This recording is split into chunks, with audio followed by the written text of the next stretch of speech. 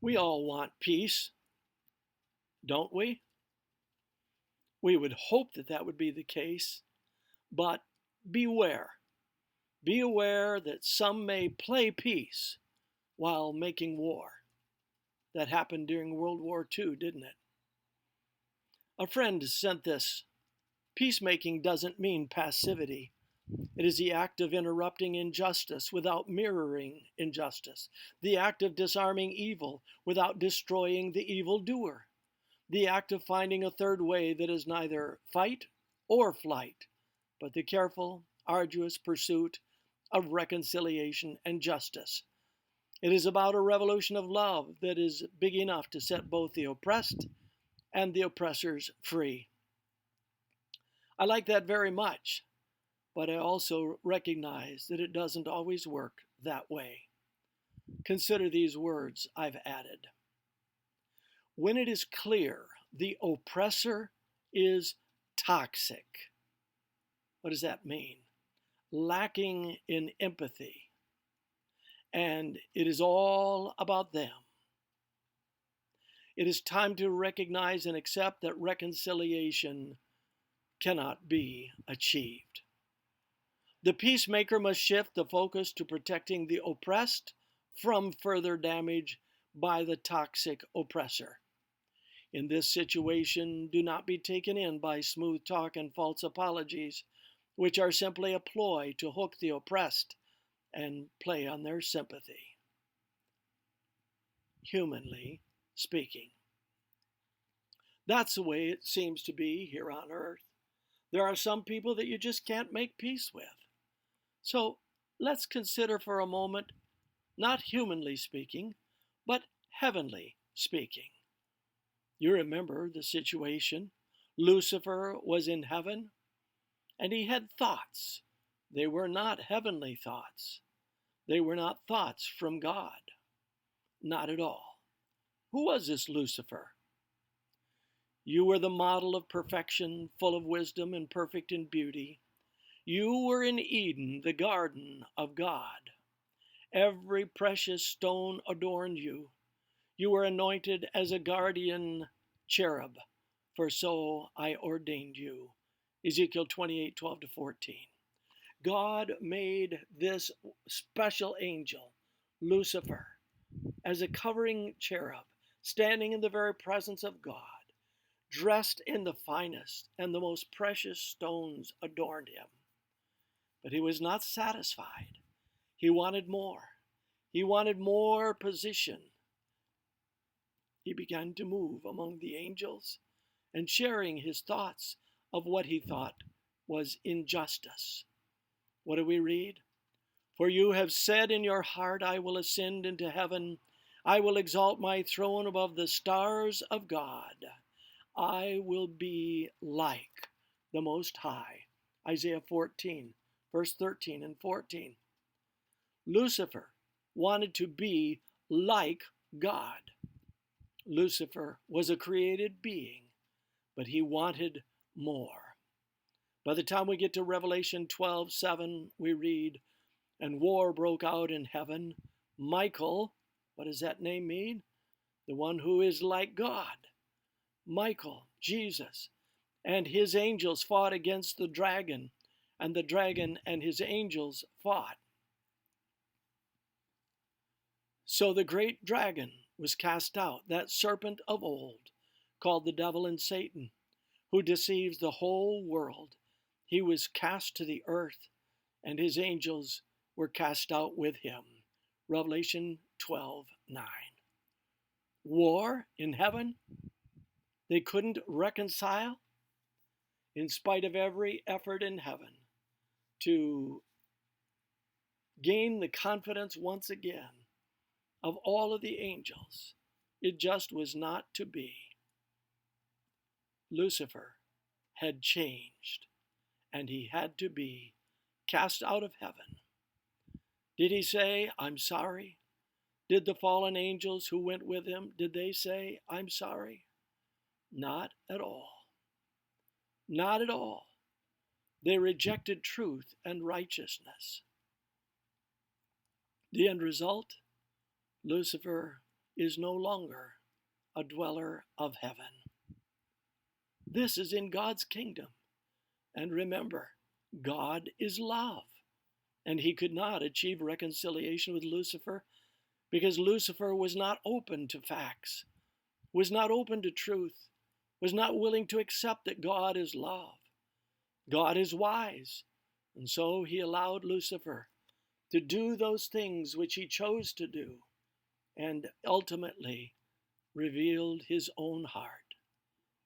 God recognized that Lucifer had become toxic. Lucifer, his name, light bearer. Lucifer was no longer the light bearer. Lucifer had become the prince of darkness. Lucifer had become the father of lies. Lucifer became full of himself. Lucifer would not listen to reason. Lucifer made his own facts. Truth was not important to Lucifer any longer. For the sake of God's creation, God could not let Lucifer have his way.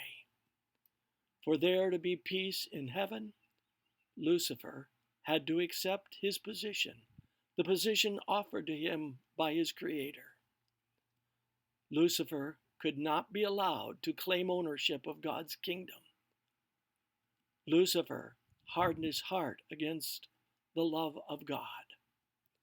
Lucifer knew he could not be open in his evil speaking about God, so Lucifer was covert. He operated undercover. He was sneaky. He was sly. He shared words with the other angels to cause them to doubt. In Genesis, it says that he was subtle, more subtle than any creature of the field. Lucifer wanted to be God. Lucifer became blinded by his own beauty. His own beauty. Lucifer felt no empathy for anyone. He was willing to use the other angels. Lucifer spoke kindly when it served his purposes.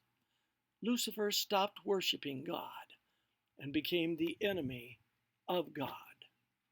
Lucifer became Satan. Satan, the devil, that old serpent.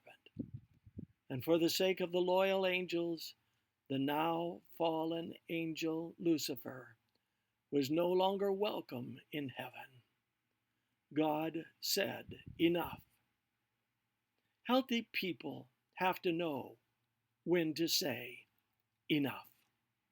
Healthy people have to recognize when they are dealing with a toxic person.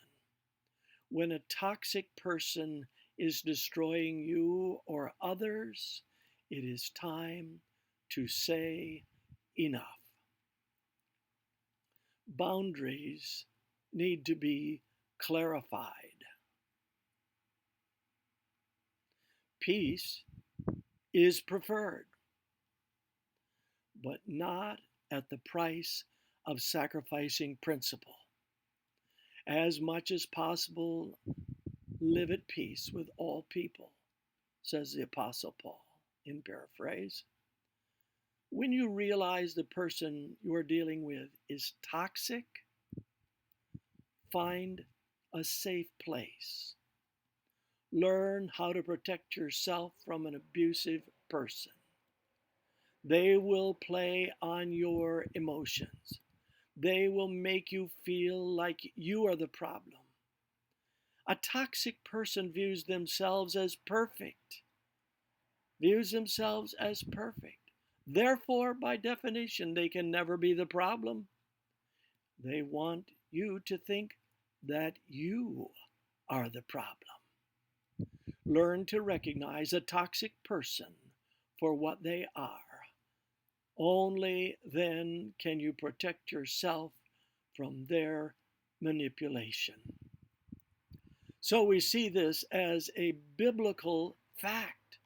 It is not always possible to achieve reconciliation because truth has to be love, and we need to have love for one another. I think it's time.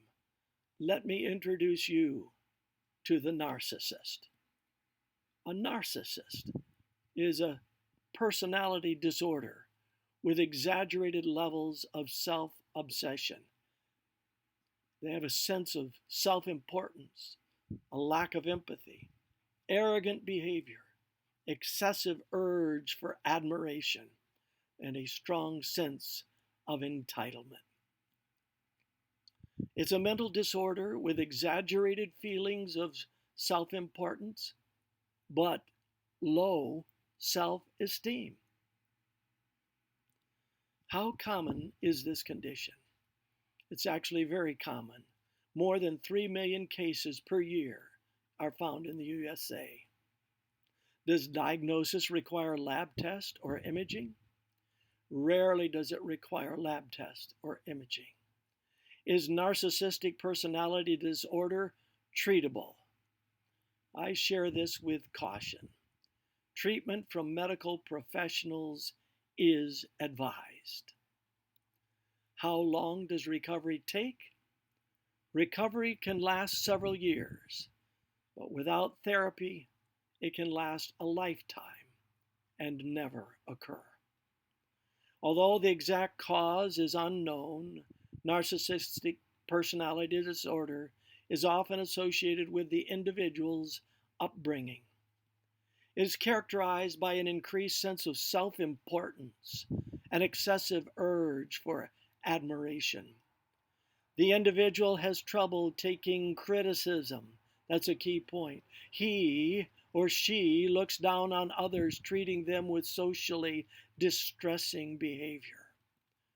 Psychotherapy is the main mode of treatment.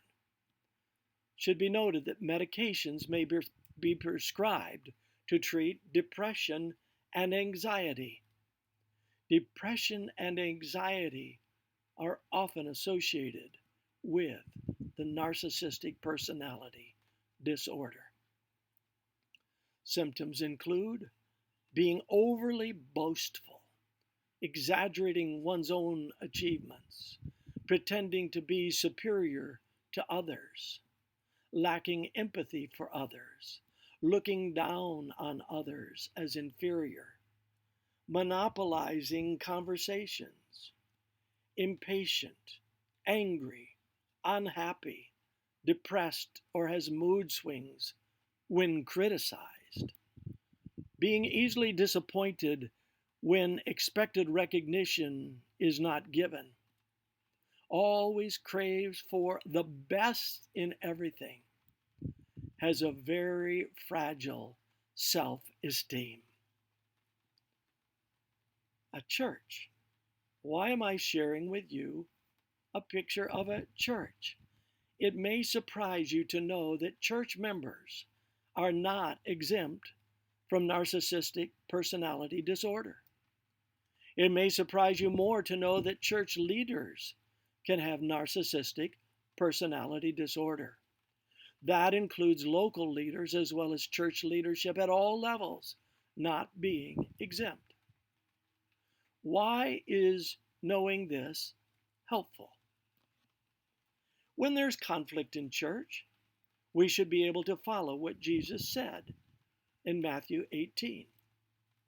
That is where we should start.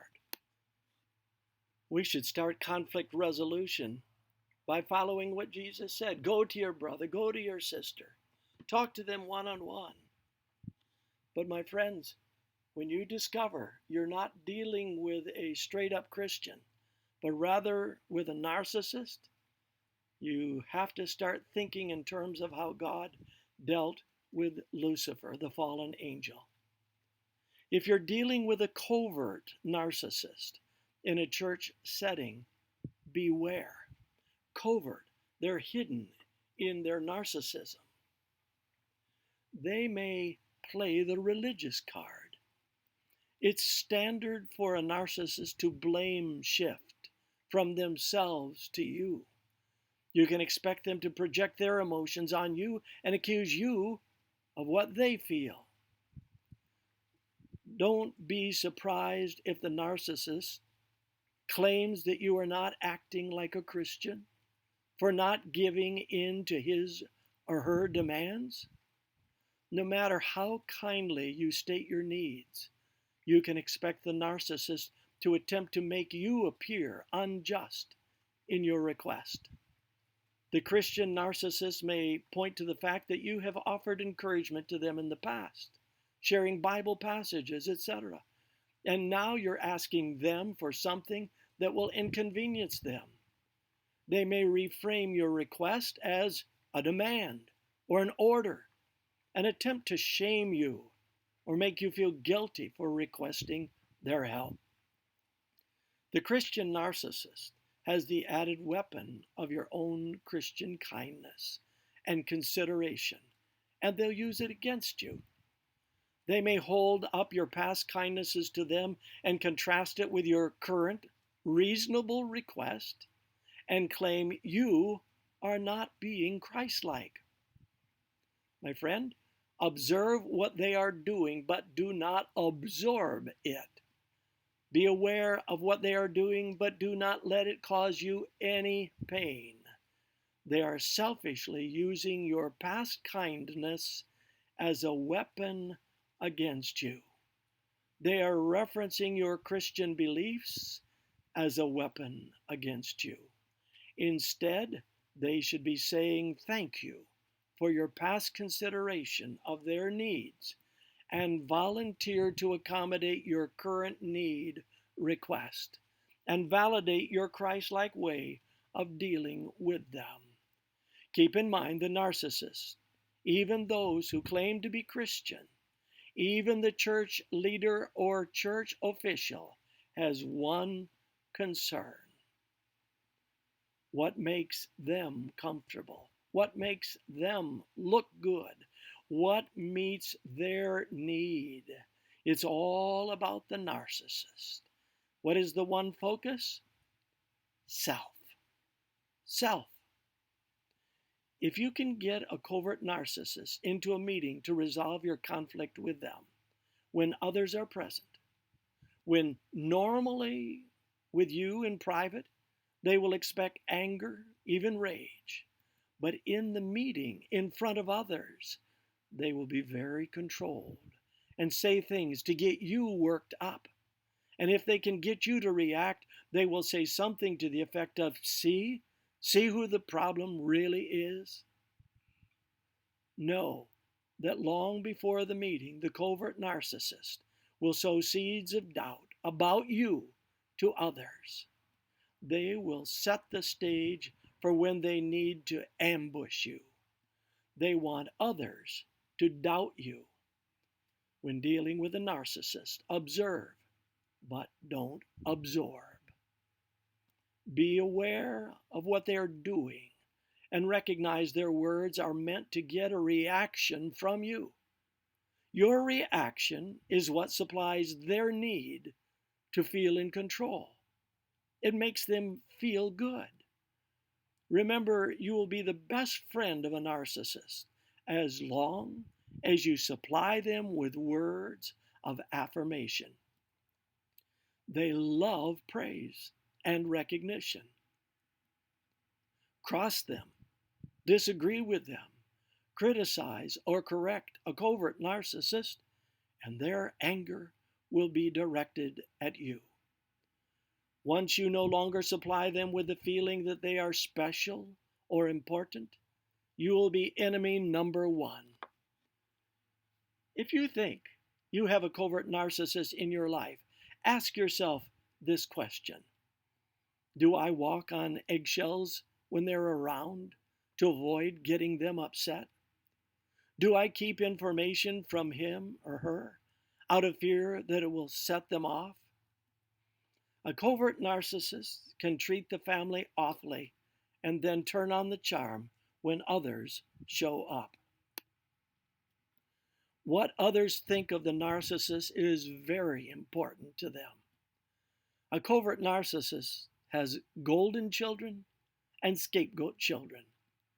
The golden child can do no wrong, and the scapegoat child can do no right. Beware, a golden child can later become a scapegoat if they embarrass the narcissist. A covert narcissist is a master at manipulating information, emotions, and people. If you think you're dealing with a covert narcissist, search the internet and learn all you can. Information enables you to protect yourself. You may discover you need to disconnect yourself from a narcissist. If the narcissist in your life is a relative with whom you have lots of contact, you need to learn all you can. If you only have occasional contact with a narcissist, become as uninteresting as a gray rock. That's right. Say nothing of interest. Be as boring as possible as a gray rock. Cause the narcissist to have no interest in you because you're no fun. They can't get you upset. A narcissist looks for one of your weak spots and then pokes at it. They want to get you to react. To get a reaction out of you, they love. To be able to control how you feel makes the narcissist feel empowered. Make no mistake, a narcissist can tear your emotions to pieces and make you doubt your own worth. You may need to go no contact, none. Lucifer became the first covert narcissist. We know him as the devil and the father of lies.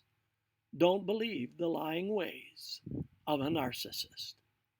And when trying to make peace, remember, when it's clear that the oppressor is toxic, lacking in empathy, it's all about them, it's time to recognize and accept that reconciliation cannot be achieved, humanly speaking. We all want peace, don't we?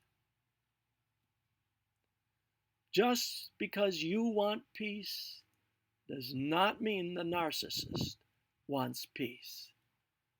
The narcissist feeds on conflict and makes them feel empowered if they can get people to react. So, in conclusion, yes, when making peace in church settings, even there, you can find a narcissist. And the approach has to be different once you have clearly identified them to be a narcissist.